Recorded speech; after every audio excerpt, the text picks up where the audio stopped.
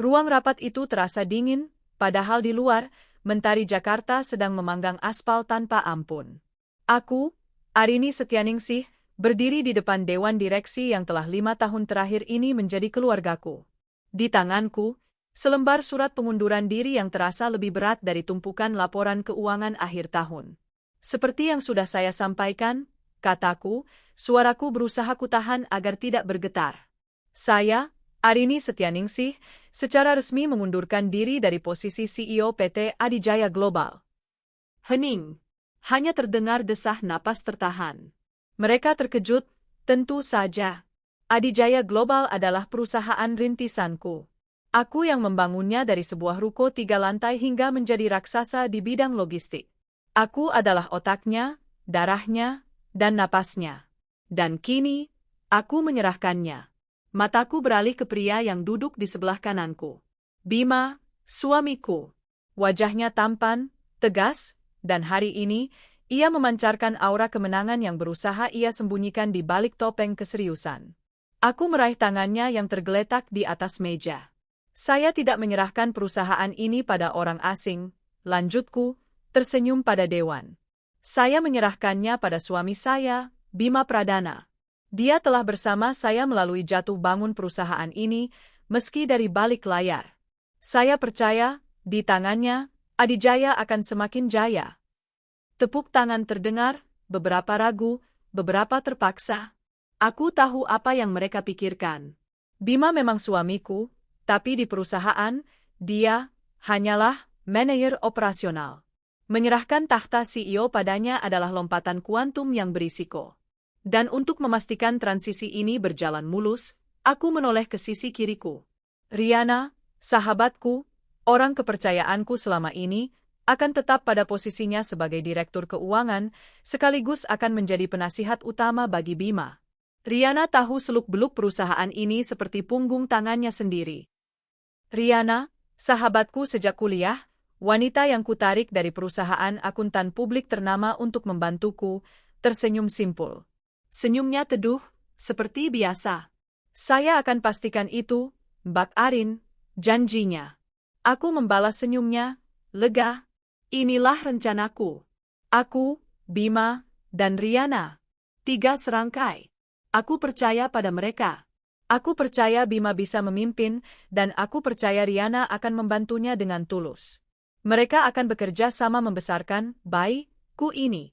Sementara aku akan memulai proyek baruku. Proyek paling pribadi dan paling kuimpikan, menjadi seorang istri seutuhnya dan, insya Allah, seorang ibu. 6 bulan pertama terasa seperti surga yang turun ke bumi. Aku melepaskan semua blazer kaku dan high heels yang menyiksa. Aku menggantinya dengan daster katun yang nyaman dan sandal rumah yang empuk. Rumah kami yang dulu sering kosong karena kesibukanku dan Bima, kini selalu wangi masakan. Aku bangun pagi, menyiapkan sarapan favorit Bima, nasi goreng dengan telur mata sapi setengah matang. Aku siapkan kemejanya, setrika rapi, lengkap dengan dasi yang serasi. Aku mengantarnya sampai teras, mencium tangannya, dan mendoakannya. Persis seperti yang selalu kuimpikan tentang menjadi istri. Kamu yakin gak bosan, sayang? Tanya Bima suatu pagi, sambil mengancingkan kemejanya. Aku tertawa sambil membetulkan letak dasinya. Bosan? Ini impianku, Mas. Mengurus kamu. Fokus sama keluarga kita. Dan? Aku berbisik, fokus program hamil kita. Bima tersenyum, senyum yang dulu membuatku luluh. Ia memelukku. Aku beruntung punya kamu. Perusahaan aman, di rumah ada bidadari. Harmoni itu terasa sempurna. Aku menyerahkan segalanya pada Bima. Kartu kredit unlimited atas nama perusahaan, akses penuh ke rekening bersama, bahkan beberapa aset pribadiku kuganti atas namanya sebagai jaminan pada bank untuk ekspansi baru yang ia rencanakan. Aku percaya padanya. Sepenuhnya. Program hamil kami berjalan intensif. Setiap kunjungan ke dokter kandungan kujalani dengan semangat. Setiap vitamin kutelan tanpa alpa. Aku ingin segera memberikan Bima seorang pewaris. Namun, di bulan ke-7, sesuatu mulai berubah. Perlahan, tapi pasti. Bima mulai pulang larut. Awalnya, alasannya logis. Restrukturisasi, sayang. Riana bantu aku audit semua divisi. Banyak yang harus dibenahi. Aku mengangguk, memijat bahunya yang kaku. Tentu saja, aku paham. Lalu, lembur, itu menjadi setiap hari. Nasi goreng sarapanku mulai sering tak tersentuh. Aku sarapan di kantor aja, ada meeting pagi. Makan malamku mendingin di meja, menunggunya yang baru pulang lewat tengah malam. Wangi masakanku berganti dengan aroma samar parfum wanita yang asing, yang selalu ia elak sebagai wangi parfum Riana, atau klien yang ia temui di restoran. Aku mulai merasa sendirian di rumah besar yang dulu kubangun dengan jerih payahku. Mas, akhir pekan ini kita ke dokter bareng, ya? Jadwal cek kesuburan, ajakku suatu malam. Bima bahkan tidak mengangkat wajahnya dari ponsel. Aku nggak bisa. Ada gathering kantor di puncak. Penting untuk team building. Tapi, Mas? Arini, desahnya, nadanya mulai tajam. Kamu pikir mimpin perusahaan itu gampang? Kamu dulu juga gitu, kan? Sekarang kamu enak di rumah, nggak tahu stresnya aku di kantor. Tolong ngertiin. Aku terdiam. Kata-katanya menohok. Benarkah aku dulu seperti itu? Sibuk, hingga mengabaikannya? Mungkin ini karmaku. Tapi kemudian, sikapnya semakin menjadi. Dia tidak lagi hanya jauh, dia mulai kurang ajar. Mas, tolong dong, kalau habis mandi handuknya ditaruh di tempatnya. Aku lagi mual-mual nih, nyium bau lembab dikit aja langsung pusing. Keluhku suatu pagi. Dia yang sedang menyisir rambutnya menatapku dari cermin. Tatapannya dingin. Ya, kamu kan sekarang nggak kerja. Ngurus gitu aja ngeluh. Pembantu kita ada 3, ngapain kamu yang repot? Dad, itu pertama kalinya dia meremehkanku secara terbuka. Dia, yang dulu selalu memujaku sebagai wanita karir yang hebat, kini menganggapku tak lebih dari pengangguran yang kerjaannya hanya mengeluh. Aku istrimu, Mas. Bukan pengangguran, kataku lirih. Dia tertawa sinis. Istri yang udah nggak punya kuasa apa-apa. Perusahaan itu sekarang punya aku. Ingat itu. Dia pergi begitu saja, membanting pintu. Meninggalkanku yang mematung di depan kamar mandi. Rasa mual di perutku semakin menjadi, tapi kali ini bukan karena hormon. Ini mual karena kenyataan. Minggu berikutnya, aku merasakan sesuatu yang berbeda. Aku telat menstruasi. 2 minggu. Dengan tangan gemetar, aku mengambil test pack yang tersimpan di laci. Aku menunggunya di kamar mandi, jantungku berdebar tak karuan. Ini dia. Ini pasti jawabannya. Jika aku hamil, Bima pasti akan berubah. Dia pasti akan kembali seperti dulu. Anak ini akan merekatkan kami kembali. Perlahan, 2 garis merah muda itu muncul. Jelas, terang, positif. Air mataku tumpah. Aku hamil. Ya Tuhan, aku hamil. Aku berlari keluar kamar, tak sabar menunggu Bima pulang. Semua rasa sakit hati dan curigaku menguap. Yang ada hanya kebahagiaan. Jam 11 malam, Bima pulang. Seperti biasa, wajahnya lelah dan kusut. Mas, aku punya kabar gembira, sambutku di depan pintu. Dia mendengus, melempar tas kerjanya ke sofa. Paling soal arisan kamu, kan? Aku menggeleng, senyumku tak bisa pudar. Aku mengambil tangannya, menuntunnya ke perutku yang masih rata. Di sini, Mas, bisikku, air mata bahagia mengalir. Ada anak kita. Aku hamil. Aku menunggu pelukannya. Aku menunggu teriakannya. Aku menunggu air mata harunya. Tapi yang kudapat adalah keheningan. Bima menatapku, lalu menatap perutku. Wajahnya datar. Tidak ada binar. Tidak ada kebahagiaan. Yang ada hanya kekesalan. Hamil, ulangnya, dingin. Iya, Mas, kita berhasil. Dia menarik tangannya dari perutku, lalu berjalan melewatiku menuju tangga. Ya, bagus, katanya singkat, tanpa menoleh. Aku capek. Mau mandi. Aku membeku di tempat. Senyuman di wajahku luruh. Mas, kamu nggak senang? Bima berhenti di anak tangga kelima. Dia menoleh ke belakang, menatapku dengan tatapan yang tak pernah kulihat sebelumnya. tatapan penuh kejijikan. Senang? Arini, kamu pikir punya anak itu gampang? Kamu bakal makin repot. Makin sakit-sakitan. CK, merepotkan. Dia melanjutkan langkahnya, meninggalkanku sendirian di ruang tamu yang temaram. Tangisku yang tadi adalah tangis bahagia, kini berubah menjadi tangis kepedihan yang menusuk. Aku hamil muda. Dan suamiku tahu. Tapi dia tidak peduli. Malam itu, untuk pertama kalinya, aku tidur sendirian di kamar tamu. Memeluk perutku, menyadari bahwa takhta yang kuserahkan padanya bukan hanya perusahaan. Aku telah menyerahkan hatiku, harga diriku, dan kini, masa depanku. Dan dia baru saja menginjak-injak semuanya. Pagi datang tanpa kehangatan. Aku terbangun di kamar tamu dengan rasa mual yang hebat mengaduk-aduk isi perutku. Semalam bukan mimpi. Reaksi dingin Bima adalah kenyataan yang lebih pahit dari empedu yang kini terasa naik di kerongkonganku. Aku berlari ke kamar mandi, memuntahkan sisa makan malam yang tak sempat kunikmati. Tubuhku gemetar, bukan hanya karena kontraksi perut, tapi karena rasa dingin yang menjalar dari hati. Mungkin dia kaget, bisikku pada bayanganku di cermin. Wajahku pucat, lingkaran hitam mulai tampak di bawah mata. Dia hanya stres. Nanti juga dia akan sadar. Dia akan senang. Aku mencoba membohongi diriku sendiri. Aku kembali ke dapur, dengan sisa tenaga yang ada, aku tetap menyiapkan sarapan. Nasi goreng. Aroma bawang dan kecap yang dulu kusukai, kini membuatku ingin muntah lagi. Tapi aku bertahan. Aku harus bersikap normal. Demi anak ini. Bima turun 1 jam kemudian, sudah rapi dengan setelan biru dongker termahalnya. Setelan yang kubelikan saat perayaan ulang tahun perusahaan tahun lalu. Mas, sarapan dulu, sapaku, berusaha tersenyum. Dia melewatiku seolah aku tak ada. Dia langsung menuju mesin kopi, menuang cangkir hitam pekat. Aku sudah bilang, Arini, aku sibuk. Jangan repot-repot, katanya, nadanya datar. Tapi aku hamil, Mas. Kita harus bicara. Apa yang harus kita siapkan? Dia berbalik, menatapku dengan tatapan jengkel. Siapkan?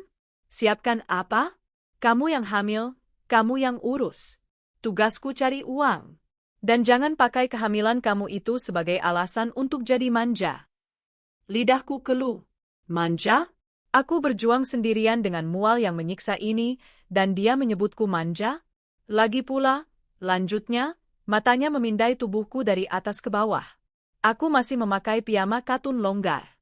Coba kamu urus diri kamu sedikit. Sejak kamu berhenti kerja, kamu jadi kusam. Bau dapur. Sekarang hamil, pasti makin melar. Aku malu ajak kamu ketemu klien. Kata-kata itu, diucapkan dengan begitu tenang dan kejam, menghantamku lebih keras dari tamparan. Dulu, dia memuja penampilanku. Dulu, dia bilang aku wanita paling cerdas dan cantik yang pernah ia temui. Kini, di matanya, aku hanya bau dapur dan bakal melar. Aku sedang mual, Mas, hanya itu yang bisa keluar dari bibirku yang bergetar. Terserah, sahutnya, menghabiskan kopinya dalam satu tegukan. Aku ada meeting di luar kota. Mungkin 2 atau 3 hari. Jangan hubungi aku kalau nggak penting. Dia pergi. Lagi. Meninggalkanku dengan nasi goreng yang mendingin dan hati yang hancur berkeping-keping. Kehamilanku ternyata tidak mudah. Ini bukan sekadar morning sickness. Ini hiperemesis gravidarum. Aku muntah belasan kali sehari. Berat badanku turun drastis di saat seharusnya naik. Aku tidak bisa menelan apa-apa selain air putih, dan itu pun kadang keluar lagi. Dokter kandunganku menyarankanku untuk istirahat total. Aku terbaring lemah di kamar, sendirian. Bima benar-benar tidak pulang selama 3 hari. Ponselnya tidak aktif. Dalam kesepian dan keputusasaan, aku teringat Riana. Sahabatku. Tentu saja, Riana. Dia pasti bisa menasihati Bima. Dia bisa membantuku. Dengan sisa tenaga, aku memesan taksi online dan nekat pergi ke kantor. Ke istanaku yang hilang. Aku rindu tempat itu, rindu menjadi Arini sang CEO, bukan Arini yang lemah dan sakit-sakitan. Saat aku melangkah masuk ke lobi PT Adijaya Global, semua mata memandangku. Ada tatapan kaget, kasihan, dan beberapa cibiran. Penampilanku pasti kacau. Aku hanya memakai kaos longgar dan kardigan, wajahku pucat pasi. Aku langsung naik ke lantai eksekutif. Ruanganku dulu kini dipakai Bima. Pintu kaca buram itu tertutup rapat. Aku berjalan menuju ruangan Riana di sebelahnya. Pintu ruangan Riana sedikit terbuka. Aku mendengar tawa. Tawa renyah yang kukenal. Jadi kita ambil penthouse di Singapura itu, Mas? Buat base kita di sana? Itu suara Riana. Tapi, Mas? Sejak kapan dia memanggil Bima dengan panggilan, Mas? tentu saja, sayang. Apapun buat kamu, suara Bima menyahut. Sekalian kita beli jam tangan yang kamu mau itu. Pakai saja kartu perusahaan. Nanti kamu atur pembukuannya. Arini nggak akan cek. Jantungku serasa berhenti berdetak. Aku mendorong pintu itu. Pemandangan di depanku membekukan darahku. Bima sedang duduk di sofa ruangan Riana, dan Riana duduk di pangkuannya. Tangan Bima melingkar posesif di pinggang Riana, sementara Riana menyuapinya sepotong buah anggur. Mereka tertawa mesra. Di meja, tergeletak katalog perhiasan mewah dan brosur properti di Singapura. Mereka membeku saat melihatku. Riana terlonjak dari pangkuan Bima, wajahnya panik sesaat sebelum berubah menjadi dingin dan angkuh. Bima? Dia tidak terlihat kaget. Dia hanya terlihat terganggu. Arini, desis Bima, bangkit berdiri dan merapikan kemejanya. Ngapain kamu kesini? Penampilan kamu bikin malu. Aku tidak bisa bicara. Mataku terpaku pada Riana. Sahabatku. Wanita yang kupercaya. Dia memakai gaun bodycon merah menyala, riasannya sempurna, dan di pergelangan tangannya, melingkar gelang berlian baru yang berkilauan. Gelang yang jelas bukan dari gajinya sebagai CFO. Hei, Riana, suaraku bergetar. Apa yang kalian lakukan? Riana tertawa. Tawa sinis yang belum pernah kudengar darinya. Apa yang kamu lihat, Arin? Aku dan Mas Bima saling mencintai. Kami menjalankan perusahaan ini bersama. Dan jujur, kami jauh lebih cocok. Tapi kamu sahabatku, jeritku, air mata mulai menggenang. Sahabat? Riana melangkah maju, menatapku dari atas ke bawah dengan tatapan menghina. Aku sahabatmu? Atau aku ini bawahanmu? Orang kepercayaanmu? Anjing penjagamu? Kamu pikir aku senang selamanya ada di bawah bayang-bayang kamu, Mbak Arin, yang hebat? Kamu serahkan perusahaan ini ke Mas Bima, tapi kamu titipkan aku untuk mengawasinya. Aku muak jadi pesuruhmu. Bima melingkarkan tangannya di bahu Riana, menariknya dalam pelukan protektif. Sudah, sayang. Nggak usah buang waktu kamu buat dia. Dia menatapku, matanya sedingin es. Pulang, Arini. Urus kehamilan kamu itu. Kamu sekarang nggak punya kuasa apa-apa di sini. Aku yang pimpin perusahaan ini. Dan Riana adalah partnerku. Dalam bisnis dan dalam hidup. Kalian selingkuh? Tanyaku, meski jawabannya sudah terpampang jelas. Kami saling mencintai, koreksi Bima. Sesuatu yang udah lama nggak aku rasakan dari kamu. Kamu terlalu sibuk jadi wanita karir, dan sekarang kamu terlalu sibuk jadi orang sakit. Kamu merepotkan. Uangku. Bisikku, teringat percakapan mereka tadi. Kalian pakai uang perusahaan? Uang perusahaan? Bima tertawa. Ini perusahaanku. Aku CEO-nya. Aku berhak pakai uang ini sesukaku. Kamu bukan siapa-siapa lagi. Mereka berdua menatapku.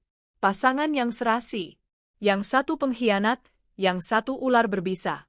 Mereka tidak lagi sembunyi-sembunyi. Mereka berani, di depanku, di dalam kerajaanku sendiri. Kalian jahat, hanya itu yang bisa kuucapkan. Rasa mual yang hebat kembali menyerang. Tapi kali ini, bercampur dengan asam lambung dan rasa sakit hati yang membakar. Aku memegangi perutku, pandanganku mulai kabur. Pergi, usir Bima. Satpam, bawa ibu ini keluar. Dia mengganggu rapat. 2 orang satpam masuk, tampak canggung. Mereka adalah orang-orang yang dulu begitu menghormatiku. Kini, mereka memegang lenganku dengan ragu.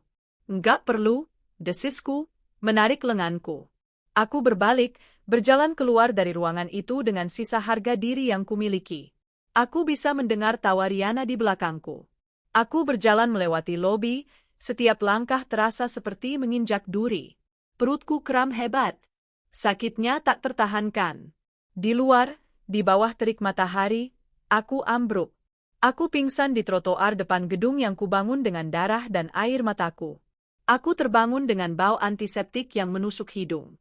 Dinding di sekelilingku putih bersih. Jarum infus menancap di punggung tanganku. Aku di rumah sakit. Seorang perawat masuk, tersenyum lembut. Alhamdulillah, ibu sudah sadar. Ibu pingsan karena dehidrasi parah dan kelelahan. Kandungannya lemah, Bu. Ibu harus bed rest total di sini. Anakku. Aku refleks mengelus perutku. Dia masih di sana. Dia berjuang bersamaku. Suami saya, apa suami saya tahu? Tanyaku lirih. Perawat itu tampak ragu. Kami sudah hubungi nomor darurat atas nama Bapak Bima, Bu.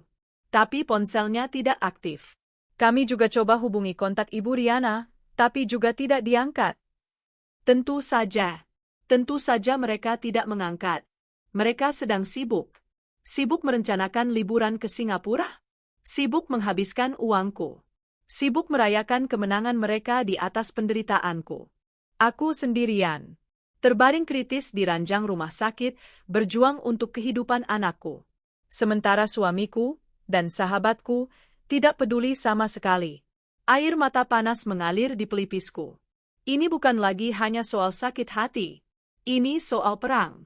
Dan aku baru saja menyadari, aku tidak bisa hanya berbaring dan membiarkan mereka menang. Hari-hari di rumah sakit berlalu dalam kabut putih yang steril.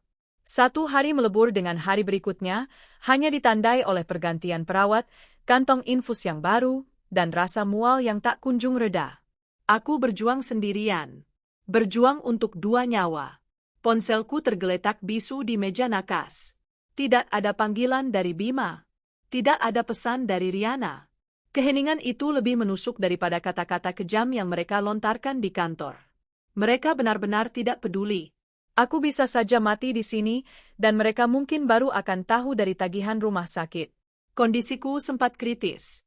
Dokter bilang aku nyaris kehilangan bayiku karena dehidrasi dan stres berat. Aku harus dipaksa makan lewat selang NGT untuk memastikan nutrisi masuk. Dalam kondisi setengah sadar itu, aku hanya bisa memegang perutku, membisikkan janji pada janin yang tak berdosa itu. Bertahan, sayang. Kita akan lewati ini. Ibu janji.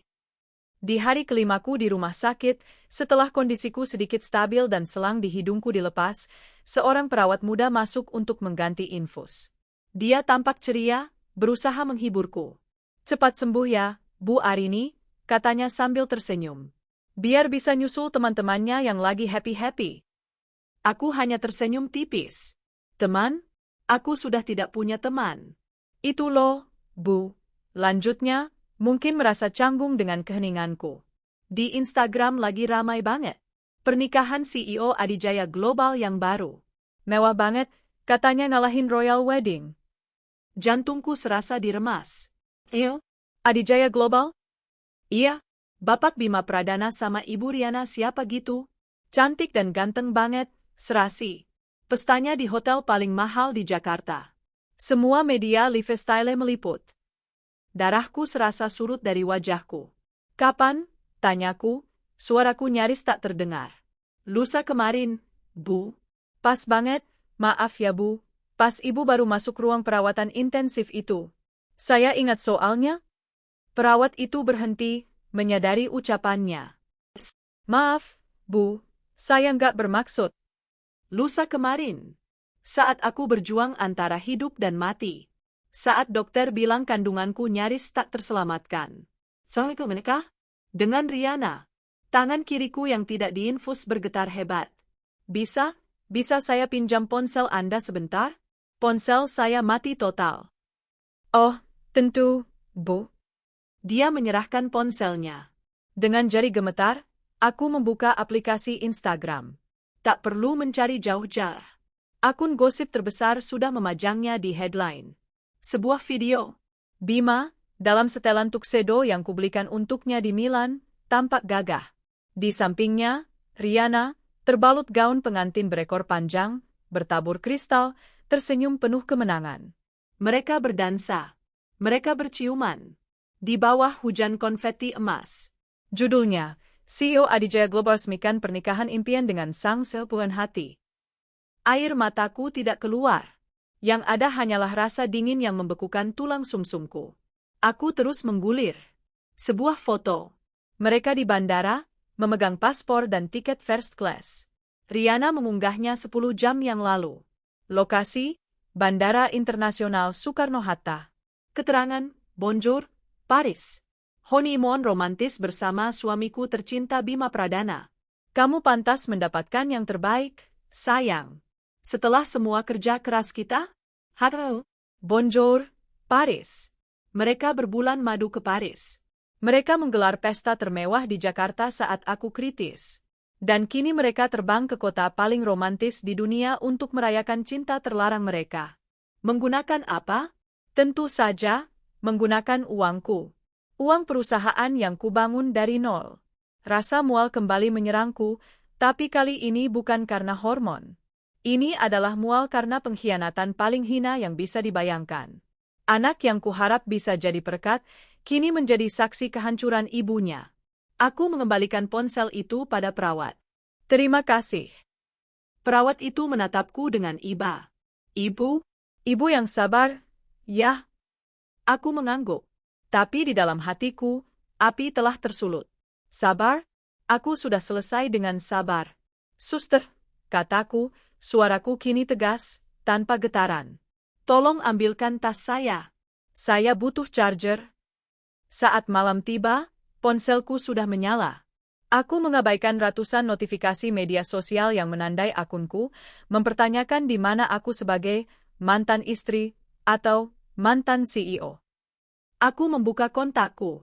Melewati nama, suamiku, yang masih kusimpan, dan Rihanna. Jariku berhenti pada satu nama, Reza, It Adijaya. Reza adalah kepala divisi Itku. Anak muda jenius yang kurekrut langsung dari kampus. Dia pendiam, sangat loyal, dan satu-satunya orang di kantor yang menatap Bima dengan curiga sejak hari pertama Bima kujadikan manajer. Aku menekan tombol panggil. Halo? Sapanya, suaranya terdengar kaget. Reza? Ini Arini. Hening sejenak. Ibu Arini? Ya Tuhan, Ibu. Ibu baik-baik saja? Saya dengar ibu sakit? Kami semua di kantor? Saya di rumah sakit. Saya butuh bantuanmu. Bantuan yang sangat rahasia. Apapun, Bu. Apapun. Sejak ibu pergi, dan mereka berkuasa, kantor jadi neraka. Saya tahu ada yang tidak beres. Hatiku sedikit menghangat. Setidaknya ada satu orang yang tersisa. Saya tidak punya banyak waktu. Kataku cepat, suaraku pelan tapi tajam. Bima dan Rihanna. Mereka di Paris. Bulan madu. Kami tahu, Bu. Pesta pernikahan mereka kemarin menjijikkan. Mereka memecat siapa saja yang berani bertanya soal ibu. Bagus, desisku. Semakin mereka gegabah, semakin mudah. Reza, dengarkan aku baik-baik.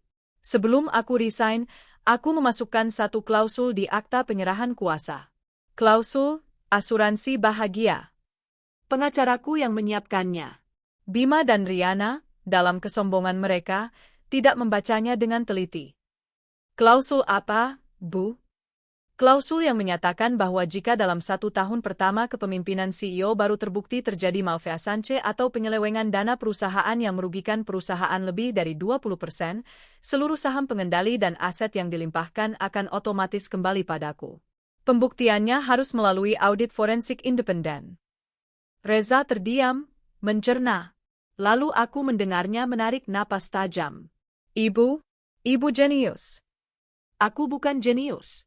Aku hanya wanita yang belajar untuk tidak percaya pada siapapun 100%, bahkan suamiku sendiri. Dan sekarang, aku butuh bukti malversasi itu, Reza. Apa yang saya harus cari, Bu? Semuanya, kataku, Mataku menatap dinding putih rumah sakit yang kini serasa seperti papan strategi perang. 1. Pernikahan mewah itu. Aku yakin itu dibayar pakai rekening perusahaan. Riana pasti mengelompoknya sebagai biaya, promosi dan entertainment. Cari infonya ke wedding organizer. Cari aliran dananya. 2. Bulan madu mereka. Tiket first class ke Paris. Hotel mewah. Belanja. Kartu kredit perusahaan atas nama Bima dan Riana pasti gesek terus. Tarik semua laporannya. 3. Pembelian properti. Aku dengar mereka bicara soal penthouse di Singapura. Lacak semua transfer besar ke luar negeri dalam 3 bulan terakhir. Riana itu CFO, dia pasti pintar menyembunyikannya, tapi dia tidak lebih pintar dari kamu, Reza. Kamu bisa temukan jejak digitalnya. 4. Pecat orang-orangku, kan? Cari data siapa saja yang di PHK tanpa pesangon yang layak, dan siapa saja, orang baru, Riana yang masuk dengan gaji tidak masuk akal. Itu bisa jadi payroll fiktif. Siap, Bu. Akan saya kerjakan. Reza, lakukan ini diam-diam. Gunakan akses server back-end yang hanya kamu dan aku yang tahu. Jangan sampai terdeteksi. Backup semuanya ke cloud storage pribadi. Kirim semua buktinya ke email pengacaraku, Pak Hardiman. Aku akan menghubunginya besok. Saya mengerti, Bu. Kapan mereka pulang? Aku tersenyum sinis. Mereka ambil cuti 3 minggu. Waktu yang lebih dari cukup untuk kita. Jaga kesehatan Ibu. Saya akan selesaikan ini. Aku percaya padamu, Reza. Dan satu lagi. Ya, Bu. Saat aku siuman nanti, aku memegang perutku. Aku ingin perusahaan itu kembali bersih. Dan aku ingin mereka berdua hancur. Aku menutup telepon. Jarum infus meneteskan cairannya dengan ritme yang stabil. Di luar, Jakarta masih riuh. Di Paris, 2 pengkhianat itu mungkin sedang minum sampanye di bawah menara Eiffel. Dan di ranjang rumah sakit ini, seorang wanita yang sedang hamil muda, yang mereka hina, yang mereka pikir sudah tamat, baru saja menandatangani surat perang. Aku memejamkan mata, bukan untuk tidur, tapi untuk menyusun rencana. Rencana kebangkitanku. Ruang VIP steril itu telah berubah menjadi pusat komando perang. Disinilah, selama 2 minggu berikutnya, aku memulihkan 2 hal, kesehatanku dan kerajaanku. Mual itu masih ada, tapi kini aku memaksakan diri. Setiap suap bubur yang kutelan, setiap tetes infus vitamin yang masuk ke pembuluh darahku, bukan lagi untukku. Ini untuk anakku. Dan untuk pembalasan dendam. Aku tidak boleh lemah. Tidak sekarang. Orang pertama yang kupanggil ke sisiku adalah Pak Hardiman, pengacaraku. Pria parubaya berkacamata tebal itu adalah loyalis ayahku. Wajahnya mengeras saat aku menceritakan semuanya, tanpa air mata, dengan suara datar yang dingin. Saya tidak butuh belas kasihan, Pak, kataku saat dia tampak ingin mengucapkan kata-kata penghiburan. Saya butuh tindakan. Cepat dan senyap. Klausul, asuransi bahagia, itu, katanya, membuka laptopnya. Itu adalah mahakarya ayahmu, Arini. Beliau bersikeras memasukkannya saat kamu pertama kali mendaftarkan Bima sebagai salah satu pemegang saham minoritas. Cinta itu buta, hukum tidak, begitu katanya. Bagus. Sekarang, kita butakan dia dengan hukum, desisku. Tepat saat itu, Reza masuk. Anak muda jenius itu tampak lelah, matanya merah, tapi tangannya memegang sebuah laptop terenkripsi dengan mantap. Dia tidak menyapaku.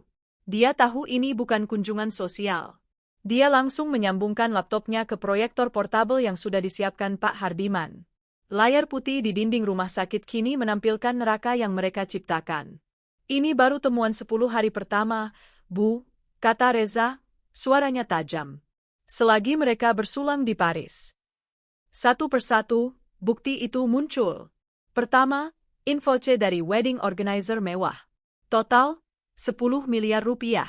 Dibayarkan lunas dari rekening operasional PT Adijaya Global dengan kode pembukuan, biaya representasi dan promosi klien VVIP. Promosi, aku tertawa getir. Mereka mempromosikan perselingkuhan mereka. Kedua, laporan kartu kredit perusahaan. 2 kartu unlimited atas nama Bima dan Riana. Toko perhiasan di Place Vendôme, Paris. 1,2 miliar rupiah. Hotel Le Meurice, Paris. Tagihan kamar suite kepresidenan, 800 juta untuk 2 minggu. Butik Chanel, Dior, Hermes. 3-4 miliar rupiah. Restoran 3 bintang Michelin. Rata-rata 150 juta per malam. Mereka berpesta pora. Ketiga, dan yang paling fatal, aliran dana ke rekening offshore di Singapura. Ini dia, desis Reza.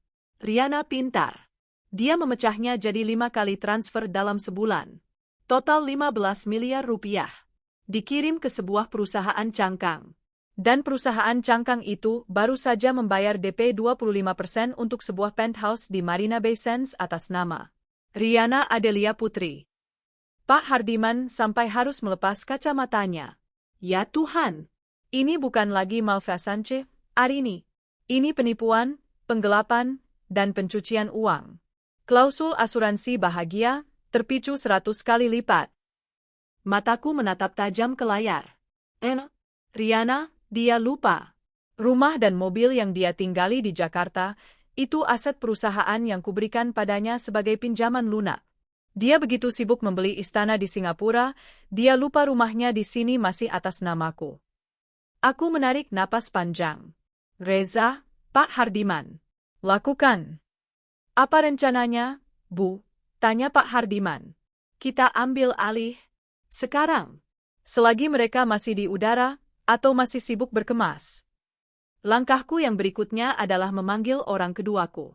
Jika Reza adalah mata dan telingaku, maka pria ini adalah pedangku. Namanya Dimas Anggara. Dia adalah karyawan angkatan pertama, sama sepertiku. Cerdas, berdedikasi, dan jujur sampai ke tulang sumsum. Dia adalah kandidat terkuatku untuk direktur operasional sebelum Bima, dengan pesonanya, meyakinkanku bahwa dia lebih baik. Saat Bima naik, Dimas adalah orang pertama yang dibuang. Bima tahu Dimas terlalu pintar dan terlalu lurus untuk bisa diajak kompromi. Dimas dipromosikan menjadi kepala cabang Cikarang, tempat yang jauh dari pusat kekuasaan. Aku memanggilnya ke rumah sakit. Dia datang tergesa-gesa, kemejanya sedikit lusuh. Bu Arini, katanya, matanya memancarkan kelegaan tulus. Saya dengar ibu sakit parah, saya coba hubungi, tapi... Aku baik-baik saja, Dimas. Lebih baik dari sebelumnya, potongku. Aku punya pekerjaan untukmu. Di Jakarta. Aku membalikkan laptop Reza ke arahnya. Lihat ini. Dimas membaca. Wajahnya berubah dari khawatir, menjadi bingung, lalu menjadi merah padam karena amarah. Dia membaca setiap kwitansi, setiap aliran dana. Mereka membunuh perusahaan ini, Bu, katanya pelan, suaranya bergetar menahan murka. Laporan dari cabang kami defisit gila-gilaan. Biaya operasional pusat bengkak tidak wajar. Kami di lapangan yang harus gali lubang tutup lubang. Saya kira ini hanya salah urus, tapi ini perampokan. Benar. Dan aku ingin kamu yang membersihkannya, kataku. Mata Dimas menatapku, tak mengerti. Pak Hardiman, panggilku. Pak Hardiman menyerahkan selembar dokumen. Besok pagi, kataku, akan ada rapat umum pemegang saham luar biasa, RUPSLB, darurat. Pak Hardiman akan mengeksekusi klausul asuransi bahagia. Seluruh saham pengendali atas nama Bima akan ditarik kembali atas namaku. Detik itu juga, Bima Pradana dan Riana Adelia Putri dipecat secara tidak hormat atas dasar penipuan. Dimas masih terpana. Dan dalam rapat yang sama, lanjutku, aku akan menggunakan hak suaraku sebagai pemilik tunggal untuk menunjuk CEO interim yang baru. Aku menatap lurus ke mata Dimas. Selamat atas pekerjaan barumu, Pak Dimas Anggara, pelaksana tugas CEO PT Adijaya Global. Pekerjaan pertamamu adalah mengurus surat pemecatan 2 pengkhianat itu. Dimas terdiam lama. Dia tidak melompat gembira. Dia justru terlihat menanggung beban berat. Inilah mengapa aku memilihnya. Dia bukan Bima. Dia tidak gila kuasa. Saya akan lakukan, Bu, katanya tegas. Saya akan selamatkan perusahaan ini. Untuk Ibu. Dan untuk semua karyawan jujur yang mereka tindas. Bagus. Reza akan membantumu. Kunci semua akses mereka. Ban. Email. Sistem. Server. Ruang kerja. Bahkan akses parkir. Saat mereka kembali, mereka bahkan tidak bisa masuk ke toilet lobby. Siap, Bu. 3 hari kemudian, aku diizinkan pulang. Tepat 1 minggu sebelum jadwal kepulangan Bima dan Riana dari Paris. Kudeta sunyi itu berjalan sempurna. RUPSLB berjalan lancar. Bukti dari Reza dan Pak Hardiman tak terbantahkan. Para pemegang saham minoritas, yang selama ini juga dibungkam oleh Bima, langsung setuju. Jabatan telah beralih. Dimas resmi menjadi CEO. Aku tidak pulang ke rumah sakit. Aku pulang ke rumahku. Rumah yang kubangun. Rumah yang kini terasa dingin dan tercemar. Hal pertama yang kulakukan adalah memanggil jasa security dan cleaning service besar-besaran. Ganti semua kunci. Ganti kode akses gerbang, perintahkan pada satpam. Lalu, aku masuk ke kamar utama kami. Kamar yang sudah lama tak kutiduri. Aroma parfum Riana samar-samar masih tercium di bantal Bima. Aku membuka lemari walk-in closet raksasa. Mbak, panggilku pada kepala cleaning service. Siapkan kantong sampah industri. Yang paling besar. Aku mulai memilah. Setelan Zekna yang kubelikan? Uangku. Tetap di lemari. Kemeja sutra yang dia beli sendiri saat kami di London? Uangku, dari kartu kredit gabungan. Tetap di lemari. Sepatu golf yang dia pamerkan? Hadiah ulang tahun dariku. Uangku. Aku salah. Aku terlalu lelah untuk memilah mana uangku mana uangnya. Sejak kami menikah, uangku adalah uangnya. Tapi uangnya, tetap uangnya. Aku mengubah strategiku. Apa yang dia beli pakai uangnya sendiri, sebelum dia bekerja di Adijaya, tanyaku pada diriku sendiri. Hampir tidak ada. Aku tertawa. Baiklah, ganti rencana, kataku pada para pekerja. Semua pakaian pria di lemari ini. Semua sepatu pria di rak ini. Semua jam tangan di laci itu kecuali yang kubelikan. Aku berhenti.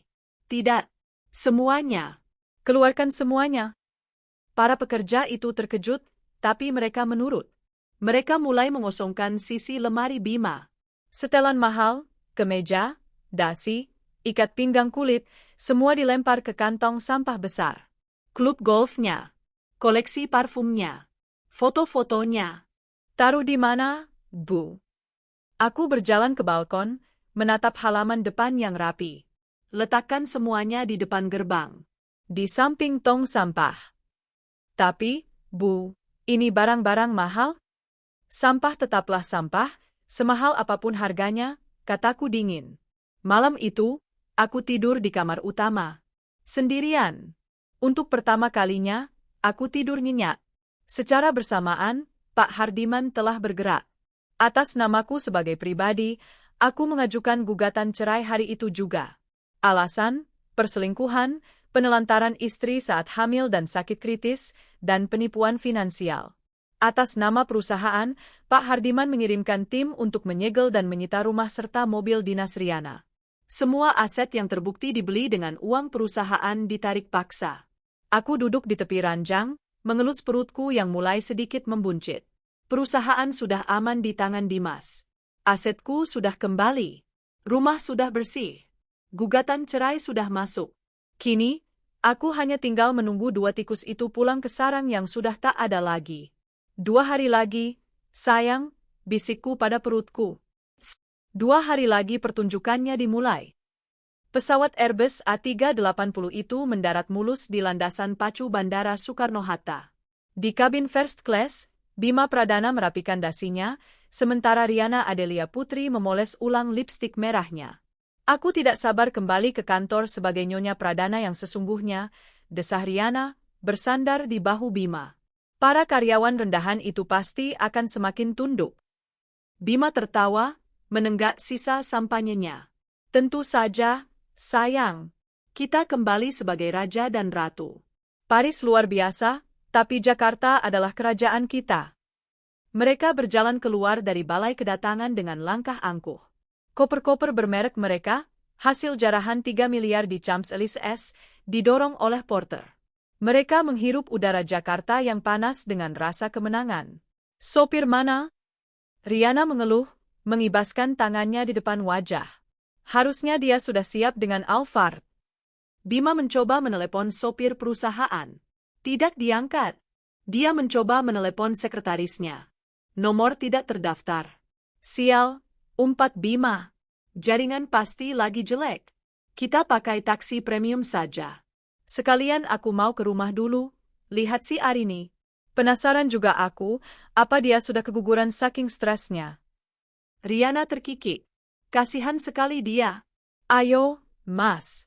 Aku juga mau ambil mobilku di rumah. Nanti malam kita dinner mewah untuk merayakan kepulangan kita." Mereka naik taksi, melaju menuju kompleks perumahan mewahku. Sepanjang jalan, Bima mengomel tentang tidak kompetennya para karyawan karena tidak menjemputnya. Saat taksi berhenti di depan gerbang raksasa rumahku, Bima dan Riana turun. "Satpam baru," gumam Bima, melihat dua penjaga tegap berseragam beda berdiri di pos. Bima menekan kode akses di intercom. Gagal. Dia menekan lagi. Gagal. "Buka gerbangnya." "Saya Bima," teriaknya pada satpam. Salah satu satpam mendekat, menatap mereka dari balik gerbang. "Maaf, Pak. Anda siapa, ya?" Rahang Bima mengeras. "Saya pemilik rumah ini. Buka pintunya atau kamu saya pecat." Satpam itu tetap tenang. "Maaf, Pak. Rumah ini milik Ibu Arini Setyaningsih. Dan kami mendapat instruksi khusus bahwa Bapak Bima Pradana dan Ibu Riana Adelia Putri dilarang masuk." "Apa?" Riana menjerit. "Kamu gila, ya? Saya ini istrinya." "Istri yang mana, Bu?" tanya satpam itu polos. "Ibu Arini ada di dalam, sedang istirahat. Beliau tidak mau diganggu." "Arini." Bima menggedor-gedor gerbang. "Arini, keluar kamu. Jangan main-main." Tepat saat itu, matanya menangkap sesuatu di samping pos satpam. Di sebelah deretan tong sampah hitam besar. Tumpukan kantong sampah industri. Dari celah kantong yang sedikit robek, menyembul gagang stik golf calawai miliknya. Di kantong lain, terlihat setelan Zekna favoritnya. Di tumpukan lainnya, koleksi sepatu kulitnya. Semuanya dibuang. Seperti sampah. "Kurang ajar," teriak Bima, wajahnya merah padam. Dia buang barang-barangku." Riana mundur selangkah, syok. "Mas, apa yang terjadi?" Dia pikir dia siapa? Bima menendang gerbang dengan frustrasi. Dia nggak punya kuasa apa-apa. "Ayo ke kantor. Aku akan tunjukkan siapa bosnya. Aku akan pecat semua satpam ini dan menyeret Arini keluar dari rumahku." Mereka tiba di lobi PT Adijaya Global dalam keadaan marah dan bingung. Lobi itu terasa berbeda. Lebih tenang. Resepsionis yang dulu selalu menunduk takut pada Riana, kini menatap mereka dengan datar. "Selamat siang, Pak Bima, Bu Riana. Ada yang bisa saya bantu?" sapanya. "Bantu?" bentak Riana. "Minggir. Kami mau ke ruangan kami." Mereka berjalan menuju gate akses khusus eksekutif. Bima menempelkan kartu CEO-nya. Bunyi, bip, yang keras dan penanda merah menyala. Akses ditolak. Riana mencoba kartunya. Akses ditolak. "Apa-apaan ini?" desis Bima. "Maaf, Pak," kata resepsionis itu lagi. "Akses Bapak dan Ibu sudah dicabut." "Dicabut? Siapa yang berani mencabut akses CEO?" "Saya." Sebuah suara tenang terdengar dari arah lift. Dimas Anggara berjalan ke arah mereka. Bukan lagi Dimas dari Cikarang yang lusuh. Dia mengenakan setelan tailor made yang rapi. Di belakangnya, dua satpam internal mengikutinya. "Dimas?" Bima tertawa sinis. "Kamu? Ngapain kamu di sini? Bukannya kamu ngurus tikus di Cikarang?" Dimas berhenti 1 meter di depan mereka. "Perkenalkan, Pak Bima. Saya Dimas Anggara, pelaksana tugas CEO PT Adijaya Global," ditunjuk langsung. oleh pemilik tunggal perusahaan, Ibu Arini Setyaningsih, dalam RUPSLB 10 hari yang lalu. Wajah Bima dan Riana pucat pasi. RUPSLB, bisik Riana. Itu tidak mungkin. Saham pengendali ada di tangan Mas Bima. Ada di tangan Pak Bima, koreksi Dimas, suaranya dingin. Sampai klausul, asuransi bahagia, dalam akta pelimpahan kuasa diaktifkan oleh Pak Hardiman. Klausul apa? Tanya Bima, suaranya mulai bergetar. Klausul yang Anda tidak baca, sambar Dimas. Yang menyatakan bahwa jika terjadi penyelewengan dana, seluruh saham kembali ke pemilik asli. Dan audit forensik kami menemukan, mari kita lihat. Dimas mengeluarkan tablet. Total 28. 4 miliar rupiah dana perusahaan digunakan untuk membiayai pernikahan Anda berdua, belanja di Paris, dan DP untuk penthouse di Singapura atas nama Nona Riana. Wajah Riana seputih kertas. Jadi, lanjut Dimas. Atas nama perusahaan, saya sampaikan surat ini. Surat pemecatan tidak hormat untuk Anda berdua. Dimas menyerahkan 2 amplop coklat. Mulai detik ini, kalian bukan lagi karyawan. Semua fasilitas ditarik. Semua kartu kredit diblokir. Dan tim hukum kami sedang menyiapkan tuntutan pidana penggelapan dan pencucian uang. Bima meremas surat itu. Kamu, Arini, kalian menjebakku. Anda menjebak diri Anda sendiri, Pak Bima, kata Dimas. Sekarang, Satpam, tolong antar kedua mantan karyawan ini keluar gedung. Mereka mengganggu ketertiban. Ini perusahaanku. Bima mencoba menerobos. 2 satpam itu langsung menahan lengannya. Lepaskan saya. Saya CEO-nya. Bima meronta, tapi tenaganya tak sebanding. Dia diseret keluar lobi, disaksikan puluhan karyawan yang menatapnya dengan campuran takut dan lega. Riana terhuyung-huyung di trotoar, menangis histeris. Bima membanting pintu taksi. Hancur. Semuanya hancur, jerit Bima. Mas, rumahku, pekit Riana tiba-tiba. Rumahku, mobilku. Arini memberikannya padaku. Benar, seru Bima, secercah harapan muncul. Aset itu atas namamu. Kita masih punya itu. Ayo ke sana. Mereka memaksa taksi melaju ke apartemen mewah tempat Riana tinggal. Atau lebih tepatnya, apartemen yang dipinjamkan perusahaan padanya. Mereka tiba di lobi. Tapi pemandangan di depan pintu unitnya membuat Riana menjerit sejadi-jadinya. Pintunya disegel dengan stiker merah besar. Aset ini disita oleh PT Adijaya Global. Di basement parkir, tempat mobil konvertible merahnya biasa terparkir, kini kosong. Tidak mungkin. Riana merosot ke lantai. Tangannya mencakar-cakar pintu yang tersegel. Rumahku, mobilku. Mas, ini nggak mungkin. Kenyataan menghantamnya dengan telak. Semua yang dia dapatkan dari pengkhianatan ini, kemewahan, status, kekuasaan, lenyap dalam sekejap. Dia benar-benar tidak punya apa-apa lagi. Mas, apa yang harus kita lakukan? Isaknya. Tapi Bima hanya menatapnya dengan tatapan kosong yang perlahan berubah menjadi benci. Di tengah lobi apartemen mewah itu, di depan pintu yang tersegel, Riana Adelia Putri memutar matanya ke belakang dan jatuh pingsan. Malam itu, mereka berakhir di sebuah motel pengap di pinggir kota. Satu-satunya tempat yang bisa mereka bayar dengan sisa uang tunai euro yang belum sempat mereka tukar. Bima membanting Riana, yang sudah siuman, ke kasur yang berbau apet. Ini semua gara-gara kamu, bentak Bima, wajahnya beringas. Aku, pekit Riana, tak terima. Kenapa aku? Kamu, dengan pernikahan 10 miliar bodohmu itu. Pamer di Singapura. Kalau saja kamu lebih pintar menyembunyikan uangnya, kita tidak akan ketahuan. Aku? Riana bangkit, menunjuk wajah Bima. Kamu yang bodoh. Kamu CEO-nya. Kenapa kamu tidak baca klausul kontrak itu? Kamu terlalu sibuk meremehkan Arini sampai kamu lupa dia itu ular. Dan kamu yang menjanjikanku Paris. Kamu yang menjanjikanku kemewahan. Setidaknya aku tidak pingsan di lobi seperti orang bodoh. Setidaknya aku tidak dibuang di tong sampah. Makian. Saling menyalahkan. Saling mendorong. Di kamar motel yang sempit dan panas itu, diiringi suara knalpot dari jalanan, keluarga baru Bima dan Riana memulai kehidupan mereka. Dalam kehancuran, kemiskinan, dan kebencian. Sementara itu, puluhan kilometer jauhnya, di rumah yang kini kembali tenang, aku duduk di teras belakang. Untuk pertama kalinya dalam berbulan-bulan, aku bisa menikmati secangkir teh jahe hangat tanpa muntah.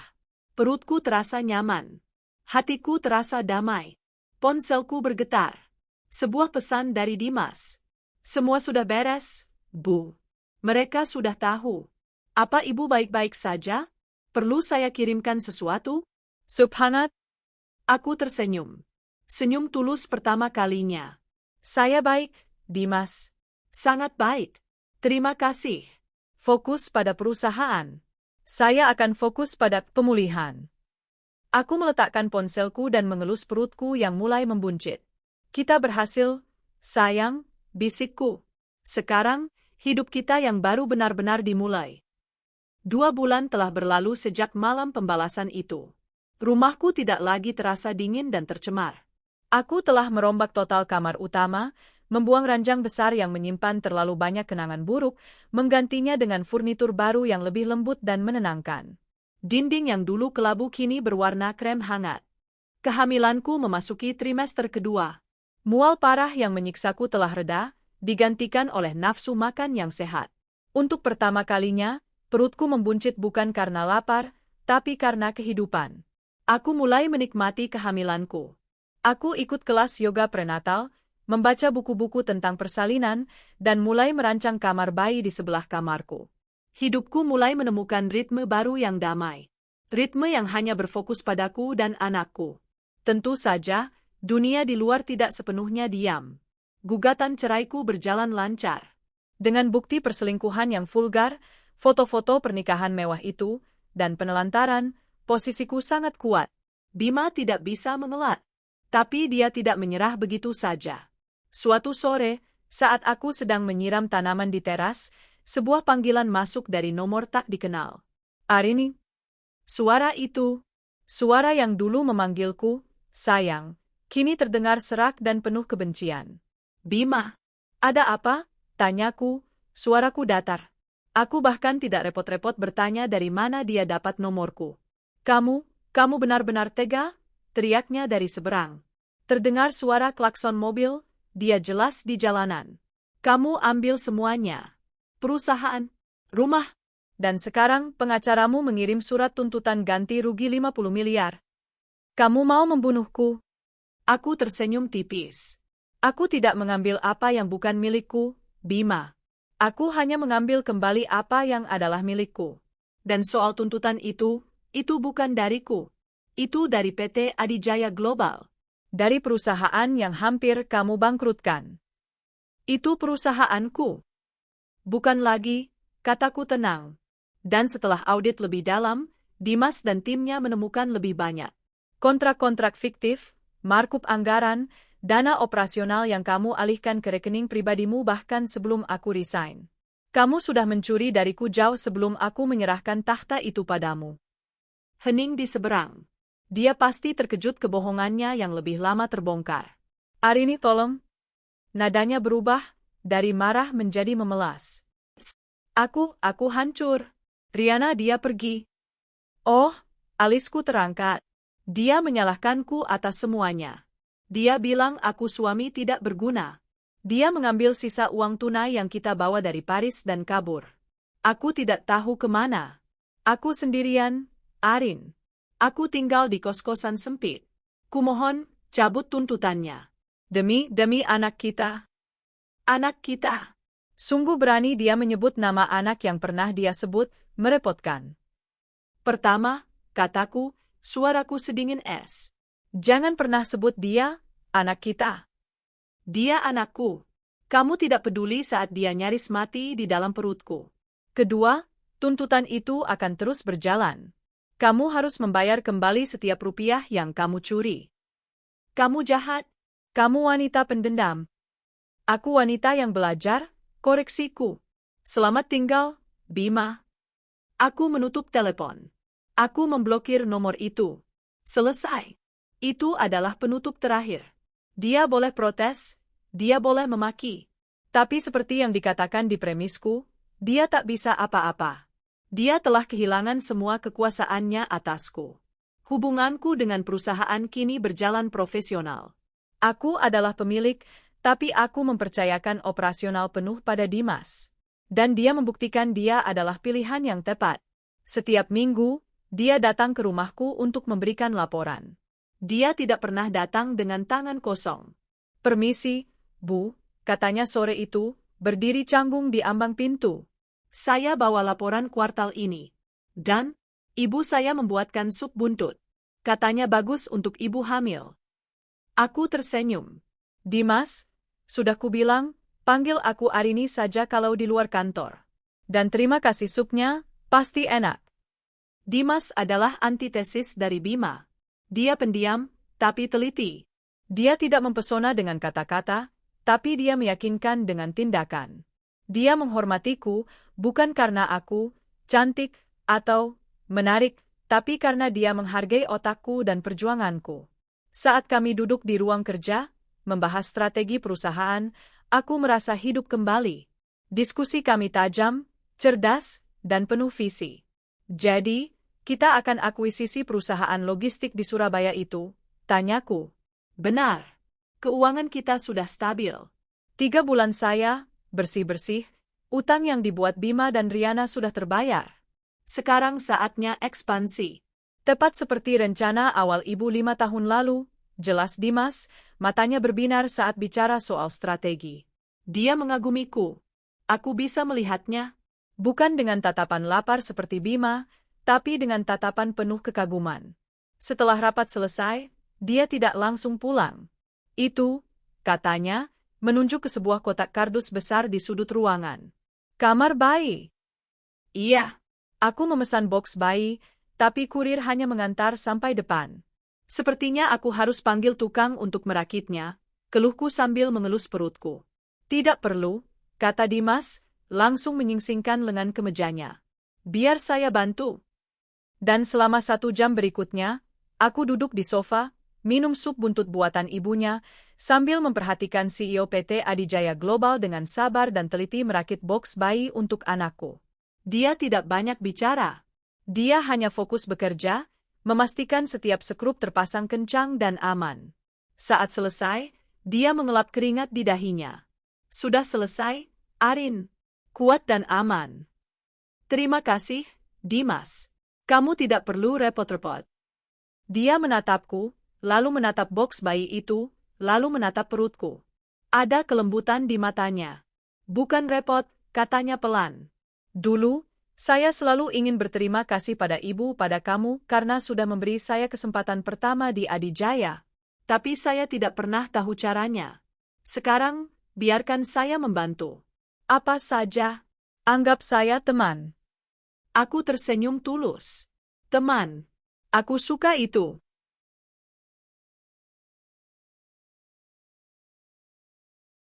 Dia pamit pulang. Tapi kehadirannya meninggalkan jejak hangat di rumah itu. Jejak yang berbeda dari Bima. Ini adalah jejak stabilitas, ketulusan, dan rasa hormat. Sementara itu, di sebuah sudut Jakarta yang lain, Riana Adelia Putri berdiri di depan sebuah ruko kumuh. Dia berhasil kabur dari Bima, tapi dia tidak bisa kabur dari kenyataan. Semua kartu kreditnya diblokir. Rekening banknya dibekukan oleh gugatan perusahaan. Penthouse di Singapura? Uang mukanya hangus karena sisanya tak terbayar. Dia benar-benar kembali ke nol. Bahkan lebih buruk dari nol. Dia kini punya reputasi sebagai penipu dan pelakor. Tidak ada perusahaan yang mau menerimanya. Dia mengetuk pintu ruko itu. Ibunya membukakan pintu dengan wajah masam. Kamu pulang juga? Desis ibunya. Malu-maluin keluarga. Kamu pikir kamu siapa, Riana?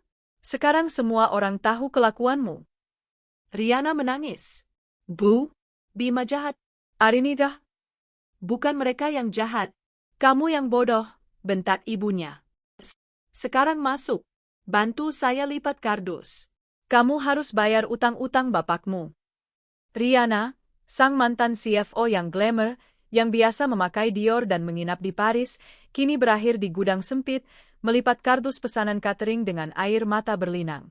Dia dan Bima, kini terpisah, tapi sama-sama tenggelam dalam kemiskinan dan kehancuran yang mereka ciptakan sendiri. Malam itu, aku berdiri di depan boks bayi yang sudah terakit sempurna. Kamar ini hampir siap. Aku merasakan tendangan lembut dari dalam perutku. Aku tertawa kecil. Kamu juga senang, ya, sayang? Aku tidak lagi memikirkan Bima atau Riana.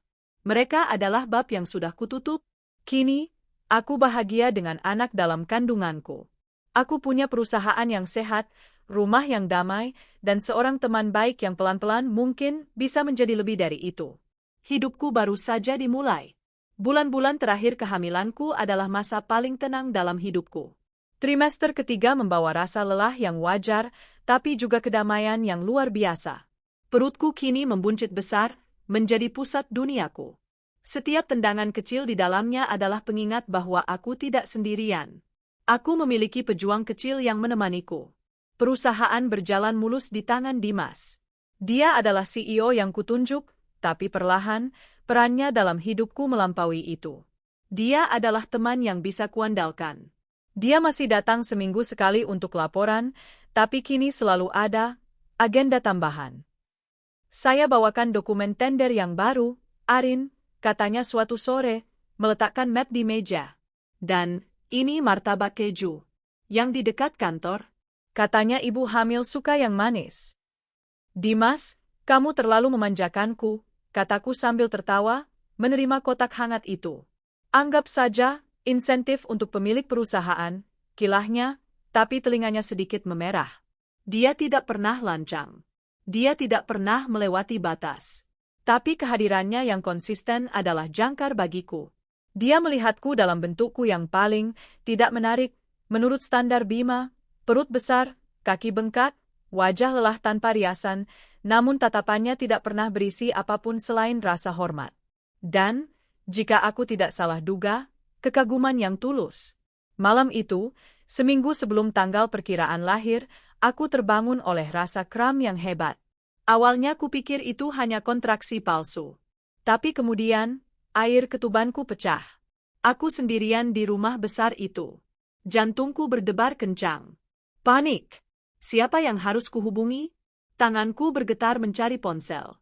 Aku menekan satu-satunya nama di panggilan cepatku. Halo, Arin? Kenapa belum tidur? Suara Dimas di seberang terdengar khawatir. Saat itu pukul 2 pagi. Dimas, maaf, sepertinya sudah waktunya, bisikku, menahan rasa sakit yang kembali datang. Hening sejenak. Lalu aku mendengar suara gerasak-gerusuk. Saya di jalan. 10 menit. Bertahan, Arin. Buka kunci gerbangnya dari ponselmu. Aku datang. Dia benar-benar datang dalam 10 menit. Dia berlari masuk ke kamarku, masih memakai kaos dan celana piyama, hanya dilapisi jaket. Tanpa bertanya, dia mengambil tas rumah sakit yang sudah kusiapkan, memapahku dengan hati-hati, dan membawaku ke mobilnya. Perjalanan ke rumah sakit adalah kabur. Yang kuingat hanya genggaman tangannya yang kuat namun menenangkan di sela-sela setir. Dia tidak bicara, hanya fokus mengemudi, tapi kehadirannya membuatku merasa aman. Di rumah sakit, segalanya bergerak cepat. Kontraksiku semakin hebat. Saat perawat sedang mempersiapkanku untuk masuk ruang bersalin, dia bertanya, suaminya mana, Bu? Mau ikut mendampingi? Aku menggeleng, air mata perih tiba-tiba menggenang. Saya sendiri. Maaf, Bu. Tidak, sebuah suara tegas menyahut dari pintu. Dimas, dia sudah berganti pakaian dengan kemeja bersih, entah bagaimana dia melakukannya. Dia tidak sendiri. Saya temannya. Saya walinya. Tolong pastikan dia dan bayinya mendapatkan perawatan terbaik. Ini. Dia menyerahkan kartu kreditnya. Pakai ini untuk upgrade ke kamar VVIP suite persalinan. Apapun yang dia butuhkan. Perawat itu mengangguk. Aku menatap Dimas, terharu. Dimas, tidak perlu. Katanya lembut. Fokus saja pada perjuanganmu. Aku tunggu di luar. Dengan satu teriakan terakhir yang merangkum semua rasa sakit hatiku, aku mendorongnya. Lalu, tangisan bayi yang nyaring memecah keheningan. Selamat, Bu Arini, kata dokter sambil tersenyum. Bayinya perempuan. Cantik dan sehat sekali. Air mataku tumpah ruah. Bukan tangis duka. Ini tangis kemenangan. Aku berhasil. Kami berhasil. Mereka meletakkannya di dadaku. Makhluk kecil mungil yang merah, yang menatapku dengan mata bulatnya. Halo, sayang, bisikku. Selamat datang. Namamu Aira. Cahaya. 1 jam kemudian, di kamar VVIP yang sudah disiapkan, aku menggendong Aira. Pintu diketuk pelan. Dimas masuk, membawa buket bunga lili putih yang besar. Dia berhenti di ambang pintu, tampak ragu. Boleh saya masuk? Aku tersenyum. Masuk, Dimas. Kenalkan, ini Aira. Dimas mendekat perlahan. Dia menatap bayi di pelukanku. Pria yang tegas dan kaku saat memimpin rapat itu, kini wajahnya melembut. Matanya berkaca-kaca. Dia, sempurna, Arin, bisiknya. Dia mirip sekali denganmu. Dia menyentuh jari mungil Aira dengan telunjuknya. Halo, Aira. Selamat datang. Keheningan nyaman menyelimuti ruangan. Hanya ada aku, bayiku, dan pria baik hati yang telah menjadi malaikat pelindungku. Namun, kedamaian itu pecah. Terdengar keributan dari luar. Suara teriakan yang samar-samar ku kenali. Saya ayahnya. Saya berhak masuk. Minggir. Pintu kamarku didorong terbuka. Bima. Dia tampak mengerikan. Kurus, kusam, matanya liar. Jauh dari sosok CEO gagah yang dulu kupuja. Dia pasti melihat pengumuman kelahiran dari media sosial rumah sakit. Arini, katanya, matanya langsung tertuju pada Aira. Anakku, berikan dia padaku. Aira, yang merasakan aura negatif, mulai menangis. Aku memeluknya erat. Pergi, dasisku. Dia anakku. Dia pewarisku. Kamu tidak bisa menjauhkan aku darinya, teriaknya. Dimas langsung berdiri di antara Bima dan ranjangku. Pak Bima, Anda tidak diundang. Silakan keluar. Minggir kamu, karyawan rendahan. Bima mencoba mendorong Dimas. Ini urusan keluargaku. Keluarga? Aku tertawa sinis, suaraku bergetar karena marah. Di mana kamu saat aku kritis di rumah sakit ini, nyaris kehilangan dia? Di mana kamu saat aku berjuang melahirkannya barusan? Kamu sedang sibuk menikah dan berbulan madu di Paris, kan? Wajah Bima pucat. Dia bukan anakmu, Bima, kataku tegas. Secara hukum, mungkin. Tapi kamu tidak punya hak apapun atas dia. Dia anakku. Hanya anakku. Tapi aku ayahnya? Ayah yang bilang aku jelek, gendut, dan memalukan saat hamil, tanyaku dingin. Ayah yang bilang anak ini merepotkan? Pergi. Sebelum aku panggil keamanan. Arini, kumohon, aku hancur, aku tidak punya apa-apa. Riana kabur. Setidaknya beri aku anak itu. Dia mulai menangis, tapi itu tangisan buaya yang menjijikkan. Aku tahu apa yang dia inginkan. Bukan Aira. Dia ingin warisan. Dia ingin jaminan hidup. Keamanan, teriak Dimas. 2 petugas keamanan yang dipanggil perawat segera masuk dan memegang lengan Bima. Lepaskan. Itu anakku. Arini, kamu akan menyesal. Kamu akan memohon aku kembali, teriaknya saat diseret keluar. Pintu tertutup. Kamar kembali sunyi, hanya menyisakan isak tangis Aira yang ketakutan. Aku menenangkan bayiku. Dimas berdiri di dekat jendela, tangannya terkepal menahan marah. Setelah Aira kembali tenang dan tertidur, Dimas berbalik. Maafkan saya, katanya pelan. Seharusnya saya tidak biarkan dia masuk. Bukan salahmu, kataku lirih, lelah. Dia masa laluku. Dimas berjalan mendekat. Dia tidak menyentuhku. Dia hanya menatapku dan Aira dengan tatapan yang dalam, penuh perlindungan. Dia tidak akan mengganggumu lagi, janji Dimas. Aku pastikan itu. Dia menatapku lama. Fokus saja pada Aira, Arin. Kamu dan dia, kalian berhak mendapatkan dunia. Kalian berhak bahagia. Dia benar. Masa lalu sudah resmi diusir dari pintuku. Kini, di depanku, ada masa depan, Aira, anakku. Dan Dimas, pria yang menyukaiku dan bayiku apa adanya. Perjalanan pulang dari rumah sakit adalah kebalikan dari malam panik beberapa hari sebelumnya. Jika dulu aku dilarikan di tengah malam, kini aku pulang di pagi yang cerah. Aira tertidur pulas di keranjang bayinya yang terpasang aman di jok belakang. Dan di sampingku, Dimas mengemudi dengan tenang dan hati-hati, seolah dia sedang membawa kargo paling berharga di dunia. Saat kami tiba di rumah, dia tidak hanya menurunkanku di lobi. Dia membukakan pintu, mengangkat keranjang Aira dengan lembut, dan mengantarku sampai ke dalam kamar. "Kamu yakin bisa sendiri?" tanyanya, meletakkan tas perlengkapan bayi di sudut. "Mungkin saya perlu panggilkan perawat harian untuk beberapa minggu." "Aku bisa, Dimas," kataku sambil tersenyum, mengelus kepala Aira. "Sudah ada Mbak Rumi yang membantuku di rumah. Aku akan baik-baik saja." "Baiklah." Dia tampak ragu untuk pergi. "Tapi, tolong, Arin, kalau perlu apa-apa, tengah malam sekalipun panggil saya. Jangan sungkan." "Telepon pertamaku pasti ke kamu, janjiku tulus." Dia tersenyum lega. "Selamat menikmati waktu bersama Aira, Arin. Laporan perusahaan bisa menunggu." Dia pergi, meninggalkan aroma sabun yang segar dan rasa aman yang menenangkan. Pria itu, dia tidak pernah mencoba mengambil ruang lebih dari yang kuberikan. Tapi kehadirannya selalu terasa pas. Bulan-bulan berganti. Aira tumbuh menjadi bayi yang sehat dan ceria. Dia adalah matahariku.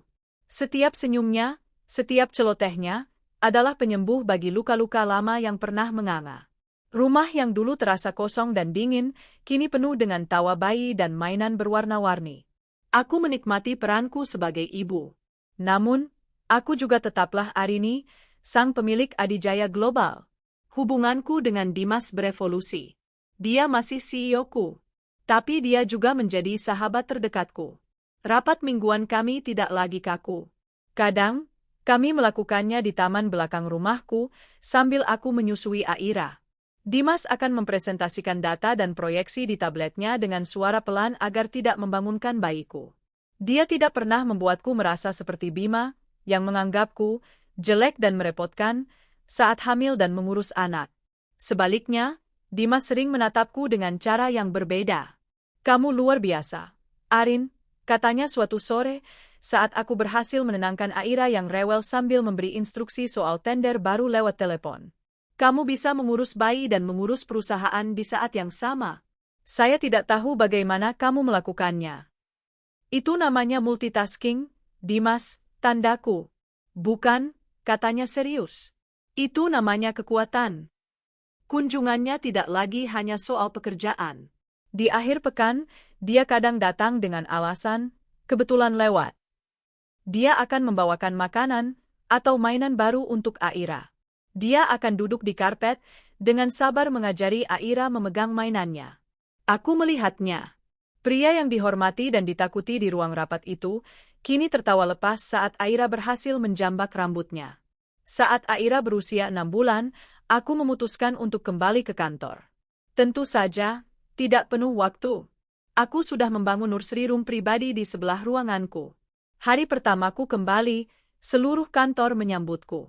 Mereka tidak lagi melihatku sebagai mantan CEO yang kalah, tapi sebagai pemilik yang menang. Dimas telah melakukan pekerjaan luar biasa. Perusahaan tidak hanya pulih, tapi melesat. Dia bersih, jujur, dan inovatif. Dia adalah pemimpin yang kubutuhkan, yang dibutuhkan Adijaya. Sore itu, Pak Hardiman datang ke ruanganku dengan map terakhir.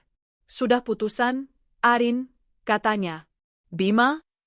Resmi cerai. Hak asuh Aira jatuh penuh padamu, tentu saja. Dan soal tuntutan perusahaan?" Pak Hardiman tersenyum tipis. Dia kalah telak. Seluruh aset pribadinya yang tersisa, yang bahkan tidak cukup 1/10 dari yang dia curi, disita negara untuk membayar ganti rugi. Dia kini resmi bangkrut. Dan blacklist di seluruh industri. "Bagaimana kabarnya?" tanyaku, Bukan karena peduli, tapi karena ingin menutup bab itu selamanya. Terakhir terdengar, dia jadi sopir taksi online. Itu pun pakai mobil sewaan. Dia mencoba menghubungi beberapa manajer lama kita untuk pinjam uang. Tentu saja, tidak ada yang memberi. Dan Riana? Lenyap, kata Pak Hardiman. Dia kabur dari Bima, tapi dia juga dikejar oleh debt collector atas utang kartu kredit yang dia tinggalkan. Sepertinya dia kembali ke kampungnya. Tidak ada yang mau mempekerjakannya lagi. Mereka berdua sudah selesai. Saling menyalahkan sampai akhir. Aku mengangguk. Tidak ada rasa puas, hanya lega. Bab itu benar-benar sudah berakhir. Mereka hancur karena keserakahan mereka sendiri. Aku menatap keluar jendela. Jakarta berkilauan di bawah senja. Di ruang sebelah, aku bisa mendengar Aira tertawa, mungkin sedang bermain dengan pengasuhnya. Aku bahagia. Benar-benar bahagia. Malam itu, ada perayaan kecil di kantor. Merayakan pencapaian target kuartal ketiga yang fantastis. Setelah semua karyawan pulang, hanya tersisa aku dan Dimas di rooftop garden kantor. Kamu berhasil, Dimas, kataku, mengangkat gelas jus jerukku. Kamu menyelamatkan perusahaan ini.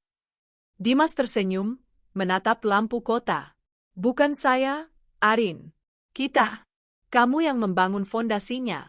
Kamu yang percaya padaku. Kami terdiam sejenak. Udara malam terasa sejuk. Arin, panggilnya pelan, suaranya terdengar berbeda. Lebih dalam. Aku menoleh. Dia menatapku. Bukan tatapan CEO pada pemilik, tapi tatapan seorang pria pada seorang wanita. Sudah hampir setahun, katanya. Setahun sejak kamu mengambil alih perusahaan ini lagi. Setahun sejak Aira lahir. Ya, waktu berjalan cepat, sahutku. Selama setahun ini, lanjutnya, melangkah sedikit lebih dekat. Aku datang padamu sebagai karyawanmu. Lalu sebagai temanmu. Aku melihatmu di titik terendahmu, dan aku melihatmu bangkit. Aku melihatmu berjuang sendirian di rumah sakit, dan aku melihatmu menjadi ibu yang luar biasa. Jantungku mulai berdebar. Aku tidak hanya mengagumimu lagi, Arin. Aku tahu ini mungkin tidak pantas. Dimas? Aku mencintaimu, katanya tegas, menatap lurus ke mataku. Aku mencintai kekuatanmu. Aku mencintai otakmu. Aku mencintai caramu tertawa saat Aira melakukan hal lucu. Dan aku sangat menyayangi Aira. Aku sudah menganggapnya seperti putriku sendiri. Aku terdiam, terpana. Aku tahu kamu sudah melalui neraka. Aku tahu kamu mungkin tidak akan pernah percaya pada pernikahan lagi, katanya cepat. Tapi aku bukan Bima. Aku tahu, bisikku. Aku tidak akan memintamu menyerahkan apapun. Perusahaan ini milikmu. Hidupmu milikmu. Aku hanya ingin diizinkan masuk ke dalamnya. Menjadi bagian darinya. Dia meraih tanganku. Tangannya hangat dan sedikit kasar. Tangan seorang pekerja keras. Arini Setianingsih. Maukah kamu dan Aira memberiku kehormatan untuk menjadi suamimu dan ayahnya? Maukah kalian menikah denganku? Aku tersenyum, mengeratkan genggaman tangannya. Ya, kataku. Ya, Dimas. Aku mau. 1 tahun setelah kelahiran Aira, taman belakang rumahku yang dulu menjadi saksi bisu kesepianku, kini dihiasi dengan mawar putih dan pita sutra berwarna gading. Udara pagi terasa segar, membawa aroma melati yang lembut. Tidak ada ratusan tamu. Tidak ada pesta 10 miliar yang menjijikkan. Hanya ada sekitar 30 orang. Pak Hardiman, yang menatapku dengan senyum kebapakan. Reza, si jenius it, yang datang dengan setelan jas terbaiknya. Ibunda Dimas, seorang wanita sederhana berwajah teduh yang menangis haru. Serta beberapa karyawan inti yang telah membuktikan loyalitas mereka. Dan di ujung altar kecil yang menghadap kolam renang, berdirilah dia. Dimas Anggara. Tegap dalam setelan jas abu-abu yang sederhana namun elegan. Aku berjalan di atas taburan kelopak mawar. Bukan sebagai wanita yang menyerahkan taftanya. Bukan sebagai istri yang mengabdi. Aku berjalan sebagai Arini Setianingsih. Seorang ibu, seorang CEO, dan seorang wanita yang utuh. Di sisiku, Aira, Putri kecilku yang kini sudah bisa berjalan tertatih-tatih, digandeng oleh pengasuhnya. Dia memakai gaun putih mungil, persis sepertiku. Dimas berdiri, lalu menatapku. Matanya adalah sumur ketenangan dan janji. Penghulu memulai prosesi. Saat tiba waktunya untuk mengucapkan janji, Dimas menolak menggunakan teks yang disiapkan. Dia menatapku, suaranya mantap dan jelas, terdengar oleh semua yang hadir. "Arini," katanya, menggenggam kedua tanganku. "Aku tidak akan memintamu untuk berhenti menjadi dirimu. Aku tidak akan memintamu untuk menyerahkan apapun. Aku jatuh cinta padamu justru karena kekuatanmu, otakmu, dan hatimu yang telah melalui badai namun tetap bertahan." Air mata mulai menggenang di pelupukku. "Di depan Tuhan dan semua yang hadir," lanjutnya. "Aku, Dimas Anggara, berjanji untuk menjadi partnermu. Partner dalam membesarkan Aira. Partner dalam memimpin Adijaya. Dan partner dalam menjalani sisa hidup kita. Aku tidak akan berjalan di depanmu untuk memimpin, atau di belakangmu untuk menjaga. Aku akan berjalan di sisimu." Lalu, dia menoleh ke Aira yang ada dalam gendongan ibunya. "Dan untukmu, Aira Cahaya, aku berjanji untuk menjadi ayah yang layak untukmu. Ayah yang akan selalu ada, yang akan selalu bangga padamu, dan yang akan mencintaimu sepenuh hati, tanpa syarat." Sekarang, giliranku. Aku menarik napas. "Dimas," kataku, suaraku bergetar haru. "Dulu, aku pikir aku harus memilih antara cinta dan karir. Aku pikir untuk menjadi istri yang baik, aku harus melepaskan siapa diriku. Aku salah. Pengkhianatan itu menghancurkanku, tapi itu juga yang membawaku padamu. Kamu melihatku di titik terburukku. Pucat, sakit, hamil, dan hancur. Kamu tidak meremehkanku. Kamu justru mengagumi perjuanganku. Kamu tidak hanya menyelamatkan perusahaanku, Dimas. Kamu menyelamatkan kepercayaanku." Aku tersenyum. "Dulu, aku menyerahkan tahtaku untuk seorang pria. Hari ini, aku tidak menyerahkan apapun. Aku berbagi singgasanaku dengan raja yang tepat. Aku bersedia. Saya terima nikah dan kawinnya Arini Setyaningsih binti." Saat kata "sah" diucapkan, tidak ada pesta pora yang riuh. Yang ada hanya tepuk tangan tulus dan air mata bahagia. Dimas mencium keningku, lalu mencium kening Aira. Kami berpelukan bertiga. Sebuah keluarga baru yang utuh, yang lahir dari kejujuran dan rasa hormat. 2 tahun kemudian, ruang rapat utama PT Adijaya Global terasa dinamis. Di layar besar, terpampang data pertumbuhan perusahaan yang meroket 300% setelah ekspansi ke Asia Tenggara. Di kepala meja, duduk seorang wanita dengan aura tenang namun tajam. Arini Setyaningsih Anggara. Di sampingnya, duduk sang suami, Dimas Anggara. Mereka memimpin rapat bersama. Saling melengkapi, saling mendukung. "Laporan divisi logistik sangat baik," kata Arini. "Dan divisi teknologi yang dikepalai Reza sudah siap meluncurkan aplikasi baru," tambah Dimas.